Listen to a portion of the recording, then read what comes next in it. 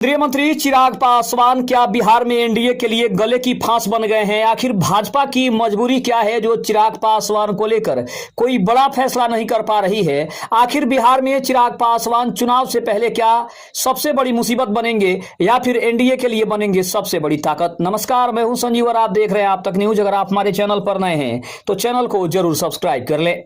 नीतीश कुमार और जदयू पहले से ही भाजपा से रिश्तों में सावधानी बरत रहे हैं। ऐसे में चिराग पासवान के हमले गठबंधन की राजनीति को और ज्यादा पेचीदा बना देते हैं। भाजपा के लिए कठिन सवाल यह है कि क्या वह चिराग की महत्वाकांक्षाओं को संतुलित कर पाएगी। तो इसका सबसे बड़ा जवाब यह है कि बिहार की राजनीति इन दिनों फिर से उबाल पर है। बिहार विधानसभा का चुनाव 2025 की आहट तेज हो चुकी है और हर दल अपनी अपनी रणनीति को धार दे रहे हैं। इसी बीच लोक जनशक्ति पार्टी रामविलास के अध्यक्ष और केंद्रीय मंत्री चिराग पासवान लगातार सुर्खियों में हैं। उन्होंने एक ओर जहां नीतीश कुमार की कानून व्यवस्था पर खुलेआम सवाल उठाए तो वहीं भाजपा के साथ अपने रिश्तों में भी दबाव की राजनीति शुरू कर दी है। अब चिराग पासवान को कहा जा रहा है कि गठबंधन के लिए दो धारी तलवार की भूमिका में है। चिराग पासवान ने हाल ही के महीनों में जिस तरह से बिहार की कानून व्यवस्था को ध्वस्त बताया और हत्या के कई मामलों को राज्य सरकार की नाकामी से जोड़ा, उसने जदयू और हिंदुस्तानी अवाम मोर्चा जैसे सहयोगियों को सीधे सीधे असहज कर दिया है। चिराग पासवान के इन बयानों को भाजपा ने भी खुला समर्थन नहीं दिया बल्कि संयमित प्रतिक्रिया देना ही बेहतर समझा। अब देखा जाए तो पासवान की राजनीति गठबंधन के लिए दो धारी तलवार बन चुकी है। वह एनडीए का हिस्सा है भी और एनडीए सरकार की आलोचना करके विपक्ष जैसा रोल भी निभा रहे हैं। भाजपा के सामने चुनौती यह है कि रामविलास पासवान की विरासत अब पूरी तरीके से चिराग पासवान के पास है। दलित वोट बैंक खासकर पासवान समुदाय बिहार में निर्णायक भूमिका निभाता है। भाजपा जानती है कि अगर यह वोट बैंक उनके साथ रहा तो चुनावी अंक गणित उनके पक्ष में जा सकता है, लेकिन चिराग का अंदाज एकला चलो वाला है। 2020 के विधानसभा चुनाव में उन्होंने अकेले मैदान में उतरकर जदयू को भारी नुकसान और भाजपा को परोक्ष रूप से फायदा पहुंचाया था। इस बार भी वो संकेत दे रहे हैं कि अगर उनकी शर्तें पूरी नहीं हुई तो एनडीए को कटघरे में खड़ा कर सकते हैं। चिराग पासवान की राजनीति में यह साफ दिख रहा है कि वह भाजपा से बड़े सौदे की ओर बढ़ रहे हैं। अब सौदेबाजी में चिराग पासवान क्या चाहते हैं, इसके ऊपर भी चर्चा करना जरूरी है। चिराग पासवान चाह रहे हैं कि बिहार चुनाव में उनकी पार्टी को सम्मानजनक संख्या में सीटें मिले। वह इस बार सिर्फ प्रतीकात्मक हिस्सेदारी नहीं बल्कि निर्णायक उपस्थिति भी चाहते हैं। चिराग पासवान पहले ही मोदी सरकार में मंत्री हैं और आने वाले समय में और महत्वपूर्ण मंत्रालय की मांग कर सकते हैं ताकि पार्टी की राष्ट्रीय पहचान बन सके। भाजपा के लिए चिराग पासवान को दलित चेहरे के रूप में आगे लाना एक मजबूरी बन गई है और चिराग इस स्थिति को भुनाकर भाजपा से ज्यादा स्पेस भी लेने की फिराक में है। चिराग पासवान ने भले ही खुलकर दावा न किया हो, लेकिन बिहार फर्स्ट, बिहारी फर्स्ट जैसे अभियानों के जरिए वह खुद को संभावित मुख्यमंत्री उम्मीदवार के तौर पर भी पेश कर रहे हैं।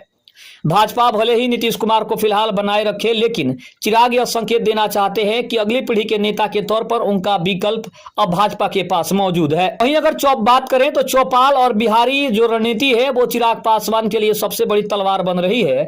लोजपा रामविलास ने हाल ही में चिराग का चौपाल नाम से जनसंपर्क अभियान की घोषणा की। इसमें चिराग गांव-गांव जाकर जनता की राय सुनेंगे और उसे पार्टी के एजेंडे से जोड़कर देखेंगे।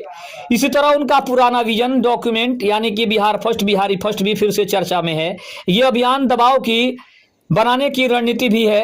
असल में चिराग यह दिखाना चाहते हैं कि वे सिर्फ सहयोगी पार्टी के नेता के तौर पर नहीं बल्कि स्वतंत्र जनाधार वाले खिलाड़ी बनना चाहते हैं।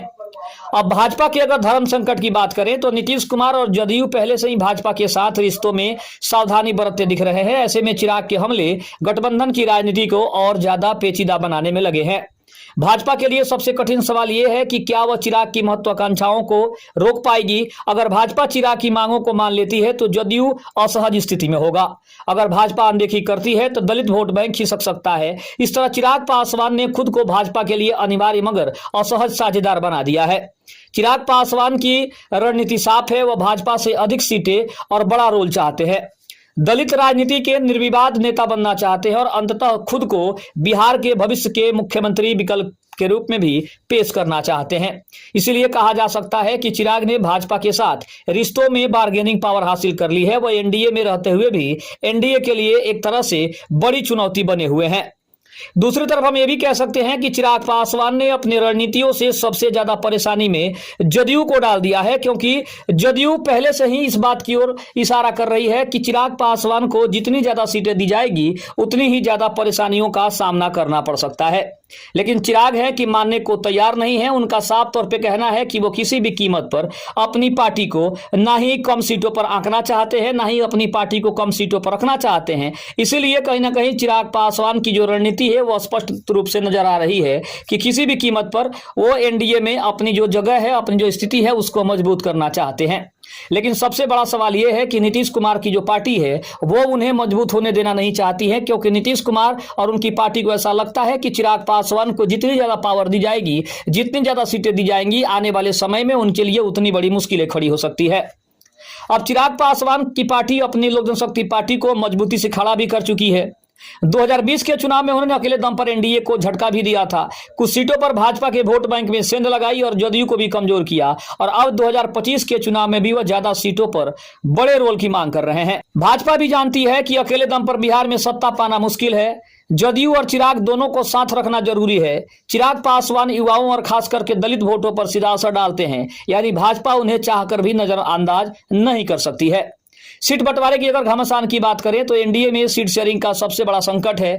जदयू चाहता है कि उसकी जो हिस्सेदारी है वो बढ़ी रहे। चिराग पासवान 40 से ज्यादा सीटों की मांग पर अड़े हैं। भाजपा इसमें बीच में फंसी हुई नजर आ रही है। उसको लगता है कि अगर चिराग को ज्यादा सीटें देती है तो वो जदयू नाराज हो जाएगी, और कम देती है तो चिराग पासवान बागी हो सकते हैं। अब भाजपा की रणनीतिक मजबूरी यह है कि भाजपा को 2025 में एक मजबूत चेहरा चाहिए, लेकिन नीतीश की लोकप्रियता घट चुकी है। ऐसे में चिराग पासवान एक संभावित भविष्य का चेहरा बनकर सामने आ रहे हैं, और भाजपा यह रिस्क लेना नहीं चाहती कि चिराग अलग होकर एनडीए का समीकरण बिगाड़ दें। दूसरी तरफ चिराग पासवान एनडीए के लिए गले की फांस इसलिए है क्योंकि उन्हें नजरअंदाज करना असंभव है, और उनकी बढ़ती मांगे गठबंधन को कमजोर कर रही है। भाजपा की मजबूरी है कि वह चिराग को साथ भी रखे और जदयू को नाखुश भी ना करे। दूसरी तरफ हम ये भी कह सकते हैं कि चिराग पासवान ने जो अपनी रणनीति अपनाई है उसके तहत उन्हें सीटों की संख्या में किसी तरह का कोई बदलाव नहीं चाहिए, किसी तरह की कोई दबाव की राजनीति नहीं चाहिए। और सबसे बड़ा सवाल यह है कि कहीं ना कहीं चिराग पासवान ये जानते हैं कि 2020 में जो वो नहीं कर सके थे उसको 2025 में वो पूरा कर सकते हैं। उस विजन को, अब उस सपने को जी सकते हैं। इसीलिए चिराग किसी भी कीमत पर 40 से कम सीटों पर मानने को तैयार नहीं है, लेकिन भाजपा की रणनीति है कि उसे 20 से ज्यादा सीटें न दी जाए, क्योंकि चिराग पासवान को ज्यादा सीट देने का मतलब है कि नीतीश कुमार को नाराज करना। एक तरफ यह भी साफ है कि चिराग पासवान इस वक्त एनडीए के लिए सबसे बड़ा सिरदर्द जो है वो बने हुए हैं। भाजपा की मजबूरी है कि वो चिराग को नहीं खो सकती है और नीतीश कुमार को नाराज भी नहीं कर सकती है। अब देखना दिलचस्प ये होगा कि आखिर एनडीए इस घमासान से कैसे निकलता है। क्या भाजपा फिर कोई नया फॉर्मूला लाएगी, या फिर 2025 का चुनाव एनडीए में बगावत की आग में झुलस जाएगा। लेकिन हम एक बात स्पष्ट करना चाहते हैं कि विपक्ष पहले से इस विवाद का फायदा उठाने के फिराक में है। तेजस्वी यादव लगातार ये कहते आ रहे हैं कि एनडीए में सब कुछ ठीक नहीं है, और अब चिराग की मांगों ने उनकी बात को सच साबित भी करना शुरू कर दिया है। अगर राजनीतिक विश्लेषण की बात करें तो राजनीतिक जानकारों का कहना है कि चिराग पासवान का बढ़ता कद भाजपा के लिए वरदान भी है, तो दूसरी तरफ अभिशाप भी कह सकते हैं। इसीलिए ये वरदान वे एनडीए को दलित और युवा वोट दिला सकते हैं, अभिशाप इसलिए कि उनकी बढ़ती महत्वाकांक्षा से गठबंधन में दरार पड़ने की स्थिति सामने आ रही है। दूसरी तरफ हम ये भी कह सकते हैं कि सूत्रों के मुताबिक जदयू को एनडीए में 102 सीटें मिलने के आसार दिखाई दे रहे हैं, तो वहीं भाजपा भी 101 से 102 सीटों पर चुनाव लड़ सकती है। चिराग पासवान की पार्टी के लिए बड़ी खबर यह है कि वो 20 से ज्यादा सीटें उनको नहीं मिल रही है। दूसरी तरफ उपेंद्र कुशवाहा और जीतन राम मांझी की पार्टी को भी 10-10 सीटें देने की बात कही जा रही है। हालांकि ये आंकड़ा अभी तक ऑफिशियल नहीं हुआ है, ये एक अनुमान के तहत ये आंकड़ा आपको बताया जा रहा है, और ना ही हमारा चैनल इस दावे को सही साबित करता है। लेकिन कहीं ना कहीं ऐसे में भाजपा अगर चिराग को नाराज भी कर देती है तो वो वोट सीधे विपक्ष के खाते में जा सकता है, और अगर ज्यादा मानती है तो जदयू खपा हो जाता है, यानी भाजपा दोनों तरफ से सबसे ज्यादा दबाव में है। बीजेपी की मजबूरी और भी है। अब सवाल यह है कि भाजपा आखिर चिराग को क्यों नजरअंदाज नहीं कर पा रही है, इसके ऊपर भी चर्चा जरूरी है। सबसे पहले भाजपा जानती है कि बिहार में अकेले सत्ता पाना जो है उसके लिए सबसे ज्यादा मुश्किल खड़ी कर सकता है। शायद यही है कि 2025 आते आते चिराग ने अपनी पार्टी लोक जनशक्ति पार्टी रामविलास को मजबूती से खड़ा भी कर दिया है, और अब वे सिर्फ सीटें ही नहीं बल्कि बड़े राजनीतिक रोल की मांग कर रहे हैं, और यही कारण है कि एनडीए के भीतर समीकरण अब धीरे धीरे गड़बड़ाते हुए दिखाई दे रहे हैं। हम ये भी कह सकते हैं कि चिराग पासवान अपनी मांगों को पूरा कराएंगे, क्योंकि जनता का भरोसा, जनता की जो मांग है वो चिराग पासवान को लेकर है। इसीलिए चिराग पासवान इस मौके का पूरा फायदा उठाना चाहते हैं। खबर कैसी लगी कमेंट में जरूर बताइएगा। तब तक के लिए धन्यवाद। जय हिंद, जय भारत।